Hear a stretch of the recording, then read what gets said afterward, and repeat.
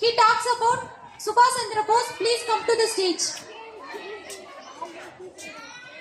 அனைவருக்கும் வணக்கம். என் பெயர் முகமது ஜாசிம். நான் 5ஆம் வகுப்பு படிக்கின்றேன். நான் இப்பொழுது நேதாஜி சுபாஷ் சந்திர போஸ் அவர்களை பற்றி பேச போகிறேன். நேதாஜி அவர்கள் ஒரு சுதந்திர போராட்ட வீரர் ஆவார். இவர் 1897ஆம் ஆண்டே ஒரிசா மாநிலத்தில் உள்ள கட்டாக் என்ற இடத்தில் பிறந்தார். இந்தியாவில் முதல் ராணுவ படையை உருவாக்கினார். நேதாஜி படையில் பெண்களுக்கென ஜான்சி ராணி படையை தொடங்கி வைத்தார். இவருக்கு நமது தேசத்தின் மீது மிகுந்த பற்று உண்டு. ஆங்கிலேயர்களை எதிர்த்து மிகவும் கடுமையாக போராடினார். ஜெய்ஹிந்த் ஸ்லோகத்தை முதலில் பயன்படுத்தியவர் நேதாஜி தான். இந்திய வரலாற்றின் ஒப்பற்ற நாயகன். ஆங்கிலேயர்கள் இவரை பார்த்து அரண்டனர்.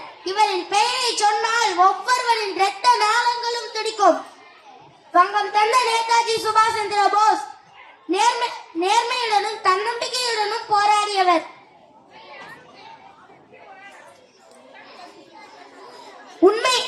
நேர்மை வழியில் நடந்த உண்மையின் திருவுருவம் நேதாஜி.